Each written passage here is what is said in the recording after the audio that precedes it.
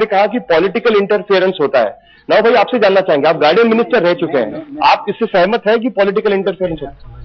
जिस तरह से दोनों पक्षों की तरफ से चीजें आई, इसका राजनीतिकरण नहीं होना चाहिए, हम स्पष्ट रूप से इससे सहमत हैं। लेकिन जिस प्रकार से कहा जा रहा है कि कुछ काम नहीं हुआ, जो पिछले 26/11 के हमले के बाद मुंबई शहर और राज्य में लगभग इंटेलिजेंस को लेके एक अलग तरह का सिस्टम तैयार किया गया। इसके पहले खान साहब को पता होगा कि साइड पोस्टिंग किसी को सजा देनी थी तो उसको इंटेलिजेंस में भेजा जाता था। सरकार ने निर्णय लिया कि इंटेलिजेंस डिपार्टमेंट की पोस्टिंग डायरेक्ट इंटेलिजेंस डिपार्टमेंट के लिए होगी, पुलिस वालों को सजा के रूप में वहां नहीं भेजा जाएगा। लगभग 78 पोस्ट क्लियर किए गए, 44 एमपीएससी के मार्फत ये सभी भर्ती होनी है, 44 भर्ती हो गई। राज्य स्तरीय पदों की निर्मिति की गई, वो भर्तियां शुरू हो गई। 55,000 अतिरिक्त पुलिस की भर्ती का काम शुरू हुआ, 44,000 मंजूरी करने के बाद पूरा इंप्लीमेंट हो गया। फोर्स 1 का गठन किया गया, लगभग कोस्टल पुलिस स्टेशन निर्माण किए गए। लेकिन जो सब चीजें हुई, लेकिन खान साहब जिस प्रकार से पॉलिटिकल कहते हैं कि इंटरफियरेंस है, निश्चित रूप से अगर गृह विभाग है तो गृह विभाग में पदों की जो एक सीमा है उसके अलग अलग अधिकार हैं।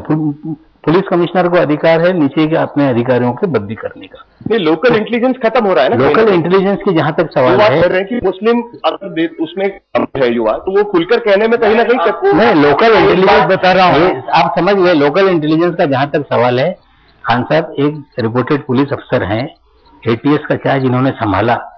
जिस दौरान में इन्होंने एटीएस का चार्ज संभाला उस वक्त खालिस्तान ये एक समस्या थी, आतंकवाद के निशाने पे। आज जिस प्रकार से इंटरनेशनली टेररिज्म को डिजाइन किया जा रहा है, कुछ पड़ोसी मुल्क के लोग उसको एग्जीक्यूट करने का काम कर रहे हैं। चीजें हैं, इंटेलिजेंस गैदर होनी चाहिए, हमारी पहुंच गली मोहल्लों तक पहुंचनी चाहिए। निश्चित रूप से हम इससे दो मत नहीं है, ये होना चाहिए, लेकिन उसके लिए भी एक सिस्टम तैयार किया जा रहा है और जो नए तरीके से इंटेलिजेंस सिस्टम तैयार किया जा रहा है वो इम्प्लीमेंट करने का काम शुरू है। मैं सिर्फ एक सवाल करना चाहती हूँ कि राम प्रधान कमेटी जब स्थापित हुई तो जब उन्होंने अपने पॉइंट्स दिए 26/11 के बाद, उन्होंने इंटेलिजेंस एज अ सब्जेक्ट के साथ कोई समझौता कुछ कहा ही नहीं। I think it's important that when you talk about intelligence it's dealt in totality. Mumbai जैसे शहर में जहां इतने हजारों लोग आते हैं जाते हैं, जो आपके इंटेलिजेंस काम नहीं कर रही है तो ये फोर्स का कोई मायना ही नहीं रखता है। क्योंकि इंटेलिजेंस शेयरिंग की बात करें तब हम दोबारा लौटेंगे, इंटेलिजेंस शेयरिंग पर हम दोबारा बात करेंगे। क्लैरिफाई करना चाहता हूँ कि when I said Muslim youth is involved, I am not criticising a community. मैं पॉइंट पूरा कंप्लीट नहीं कर सका।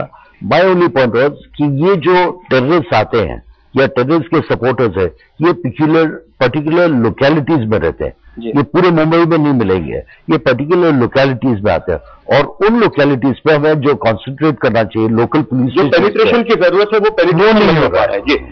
तो खान साहब का कहना है कि कहीं ना कहीं पुलिस का जो पेनिट्रेशन लोकल लेवल पे आम जनता के साथ होना चाहिए वो नहीं हो पा रहा है। सरकार का अपना बयान है कि 26/11 के बाद स्थितियां सुधर रही है, लेकिन विपक्ष अभी भी नहीं मानता कि 26/11 के बाद राम प्रधान कमेटी की जो रिपोर्ट आई थी उस पर ठीक तरीके से अमल किया गया है।